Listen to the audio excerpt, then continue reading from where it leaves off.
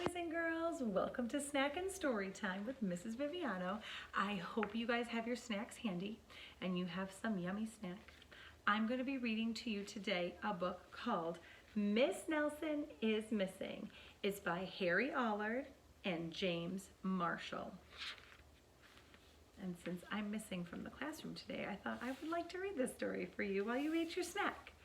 Let's find out who Miss Nelson is and why she went missing. The kids in room 207 were misbehaving again. Spitballs stuck to the ceilings, paper planes whizzed through the air. They were the worst behaved class in the whole school.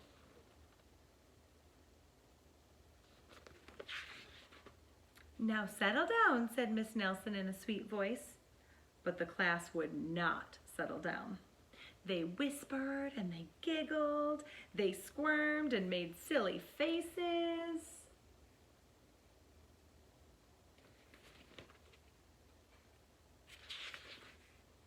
They were even rude during story hour, and they always refused to do their lessons.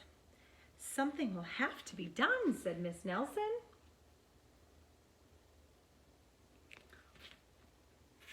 She looks worried. The next morning, Miss Nelson did not come to school. "Wow," yelled the kids, "now we can really act up." They began to make more spitballs and paper planes. "Today, let's be just terrible," they said. "Not so fast," hissed an unpleasant voice. Kind of sounds scary. A woman in an ugly black dress stood before them. "I am your new teacher, Miss Viola Swamp," and she rapped the desk with her ruler.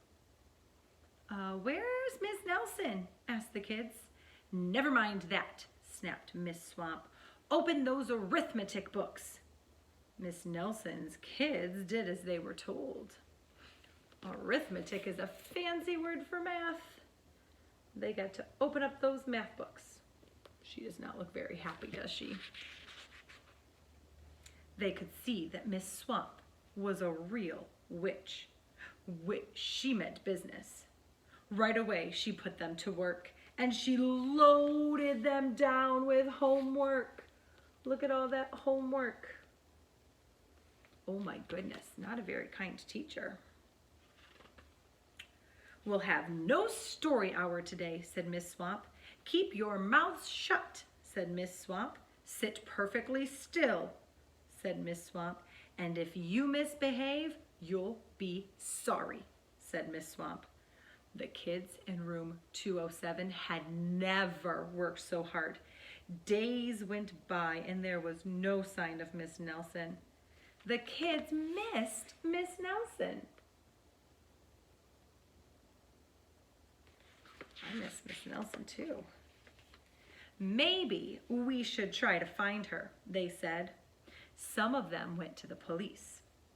Detective McSnog was assigned to the case. He listened to their story, scratched his chin. He said. "I think Miss Nelson is missing." Detective McSmog would not be much help. "Of course she's missing. That's what the kids were telling him." Where would she go? Other kids went to Miss Nelson's house. The shades were tightly drawn and no one answered the door. In fact, the only person they did see was the wicked Miss Viola Swamp coming up the street. "If she sees us, she'll give us more homework." They got away just in time.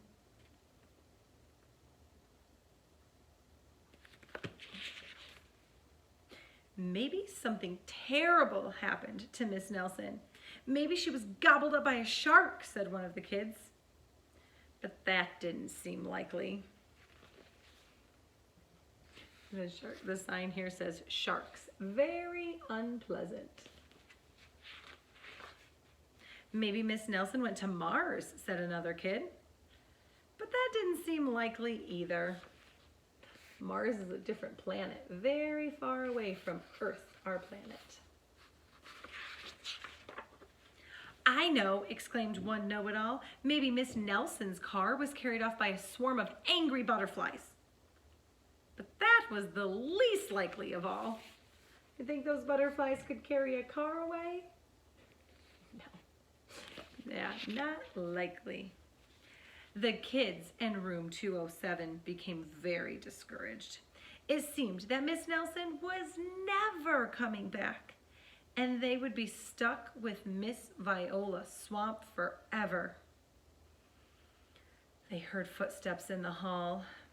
Here comes the witch, they whispered. Hello, children, someone said in a sweet voice. Could it be? Is Miss Nelson back? It was Miss Nelson! Did you miss me? She asked. We certainly did, cried all the kids. Where were you?